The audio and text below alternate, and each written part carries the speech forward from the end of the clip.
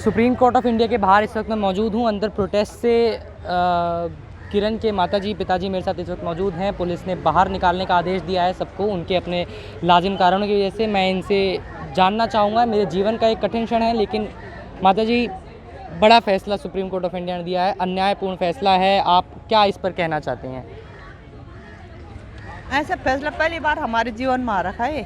दामनी के लिए तो मतलब कोर्ट ने रात के दरवाजे खोल दिए जी। उसके साथ पूरी जनता थी, नेता थे, मतलब पूरी मीडिया थी, तो उसके लिए 12 बजे भी कोर्ट खुला रहा, उनको इंसाफ मिल गया। अब मेरे साथ कोई नहीं था, हमें मतलब बाहर धक्का मार के भगा दिया, इंसाफ उनको तीनों को बलि कर दिया। फिर जी माताजी अंदर सुप्रीम कोर्ट ऑफ इंडिया में अपनी बेटी के लिए न्याय की गुहार लगा रही थी। धरना एक तरीके से चल रहा था, योगिता उनके साथ थी। अभी दिल्ली पुलिस के आदेश पे इनको बाहर निकाला गया है।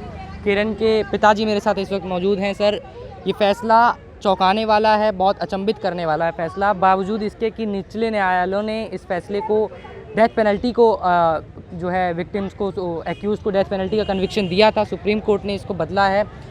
क्या आगे आप देखते हैं, अब कैसे अपनी बेटी के लिए न्याय की लड़ाई लड़ेंगे? ये फैसला चौंकाने से भी ज़्यादा भयंकर है और आज पहले बार फर्स्ट बार ऐसा हुआ है कि जो मतलब जहाँ पे लोअर कोर्ट से और हाई कोर्ट से मुलजिमों को फांसी का ऑर्डर हुआ है और मुलजिम तिहाड़ में है और सुप्रीम कोर्ट में 7 साल फैल को हो गए, शहद लगा के पहल चाट रहे हैं जज।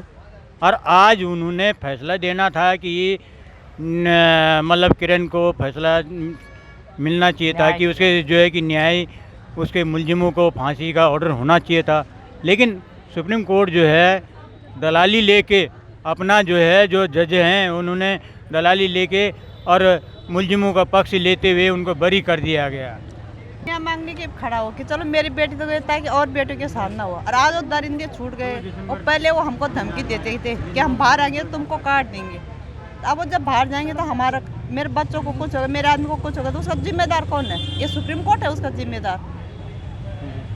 कल जा किसी लड़की को उठा लिया, किसी बच्चे को उठा लिया, किसी का भी हो, बच्चे तो बच्चे हैं, सबके एक जैसे होते। पर ये बहुत गलत किया जैसा हमने। किरण के लिए आप क्या महसूस कर रही हैं आज? महसूस करें क्या, उस आत्मा को शांति कैसे मिलेगी? आज न्याय मिल गया होता तो थोड़ा इसको शांति मिल जाती। सोच रहे हो कि हम हार गए, गरीब हो के हम गरीब के गरीब, इसीलिए अगर हम अमीर होते तो क्या पता उनको अमीरी थे जो जिन्होंने दरिंदों को छुड़ाया तो उन्होंने भर दिया होगा उनका मुँह, उनको छोड़ दिया। हमारे पास होता उनको खिलाने के लिए, क्या पता हमारे पक्ष में फैसला करते। यही सोचते कि हम गरीब है इसलिए उन्होंने हमें इंसाफ भी नहीं दिया, न्याय नहीं मिला, इसीलिए। आगे आप किरण की इस न्याय की लड़ाई को जारी रखेंगी? कैसे जारी रखे, अब कैसे रखे आगे कुछ समझ में भी तो नहीं आ रहा। अब जब एकदम से ऐसे जिस दरवाजे जिसको मंदिर मानते, न्याय का मंदिर मानते, उस मंदिर से ना बोल दिया तो अब और कहाँ भट गए। यह भी तो एक लेडीज़ थी, राष्ट्रपति जी के पास जाएंगे तो वहाँ पे क्या बोलेंगे? एक लेडीज़ होगी, लेडीज़ का दर्द नहीं समझ गई ये मतलब जज। तो अब आगे क्या उम्मीद करे, किस पर उम्मीद करे? और अभी उम्मीद है कि अब राष्ट्रपति जी है, उन्हीं के पास आगे वो करेंगे।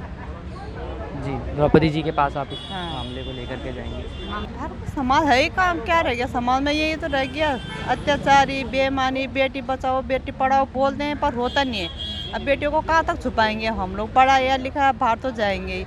आज तो चल हमारी बेटी कल दूसरे की बेटी है, तो हर माँ बाप को ये है कि मतलब सड़क पर उतरना पड़ेगा फिर दोबारा से, तभी न्याय मिलेगा, तभी और बेटियाँ सुरक्षित रहेगी।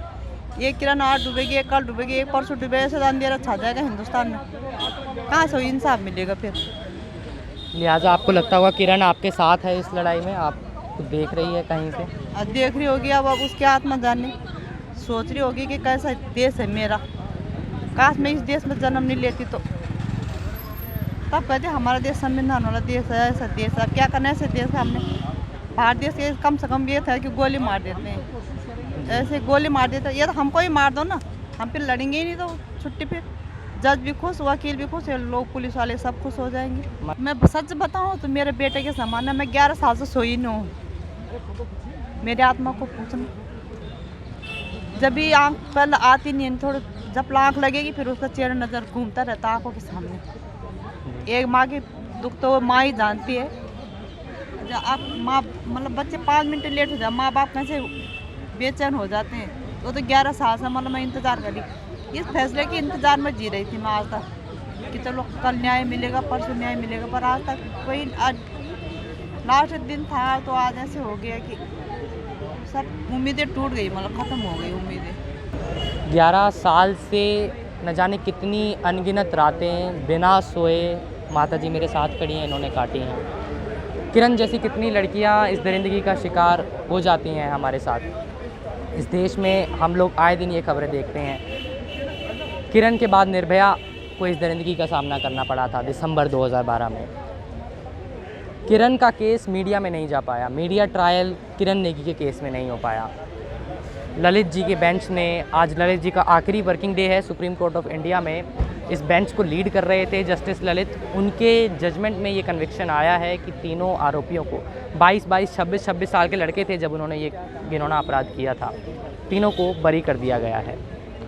आपके सामने किरण की माताजी मौजूद हैं। इस चेहरे को देखता हूँ तो मेरे ज़ुबान पर सवाल नहीं आते हैं। एक रिपोर्टर के नाते हमें आए दिन ऐसी रिपोर्ट्स करनी पड़ती हैं जो नैतिक रूप से आसान नहीं होती करनी। मेरे को सवाल मेरे पास नहीं है कि मैं माताजी से किस तरीके के सवाल करूं, कैसे उसके उस मार्मिक दर्द को समझने की कोशिश करूं। It's great to see you here. Thank you for watching our work. If you haven't subscribed yet, don't forget to click the bell icon and subscribe to Mojo Story and support independent, robust journalism.